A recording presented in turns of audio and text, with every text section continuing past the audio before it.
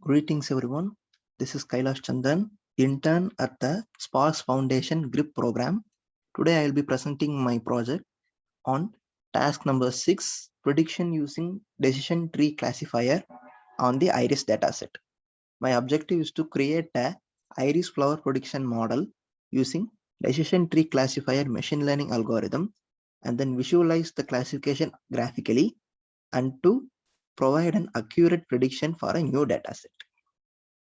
Now I'll be sharing my workbook. So this is my Python notebook.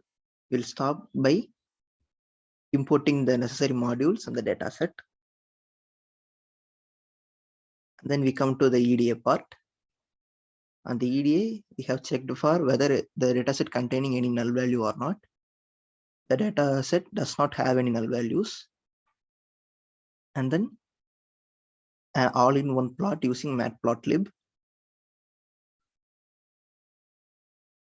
And then a correlation matrix to see whether there are correlating factors between our features. And then we move on to the creating model section. Using the sklearn package, we have created a decision tree classification model and have named the model as CLF. So the features that are taken into consideration are sepal length, sepal width, petal length, and petal width.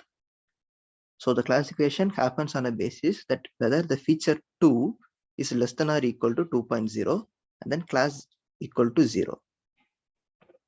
This is how our dataset creates the classification. Also, we have represented that in a graphical way. That is, petal length centimeter is less than or equal to 2.6. If it is true, then the class is Setosa. If it is false, then goes to Virginica. And again, another set of classification based on the factors are made. Whether the petal length is less than or equal to 4.5, then it is versicolor. If less than or equal to 4.85, it is Virginica, and it goes on for every single flower. So based on the value written from our project, that is 0, 1 or 2, in which 0 stands for Setosa and 1 stands for versicolor, 2 stands for Virginica. I have included an user-friendly option. It asks for the user to input the sepal length, width, and petal length width.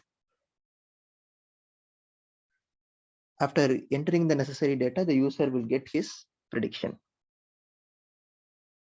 His entered data will be passed into this data frame and it will ask to whether predict the dataset or not. On giving a necessary yes, it will be predicting our model.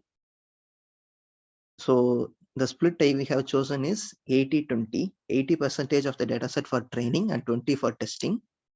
For the 20% of data, these are the prediction that we have got: 0 for Setosa, 1 for versicolor, and 2 for Virginica.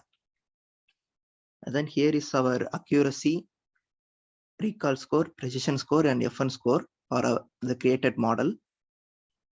The every point is above 0.95, which defines it is a very good model.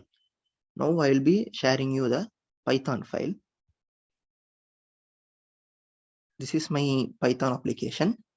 This set of code is void of the EDA sections. It is purely made for only the purpose of the decision tree model. On running, it asks for an input like, hello, welcome to iris flower classifier. Kindly enter the necessary data. So I will be entering some data now. That is the sepal length 5.1 centimeter, then 3.5, then 1.4, then 0.2. Whether to predict or not, Y means yes, and it is predicting as iris setosa. We will cross check in our dataset now. You can see now dataset 5.1, 3.5, 1.4, and 0.2 stands for iris setosa. This also works for every number in our dataset. Also, you can also input some new values and try to predict it with which kind of flower it comes under. I'll give 5, 4, 3, and 4. Predict yes. So based on the average, the prediction, it is predicting that the flower must be an iris versicolor. So suppose you have to create an decision tree classifier model for a new data set. You just need to keep this Python file in a folder along with the new data set. Just rename the new data set as capsci-iris.csv and then run this file, and you will automatically get an decision tree classifier model for that data set. And then you just need to input these values and you will get which type of flower will these attributes match. I have also provided the link for these codings in my GitHub repository. So this is my project. I hope you like it. Thank you very much.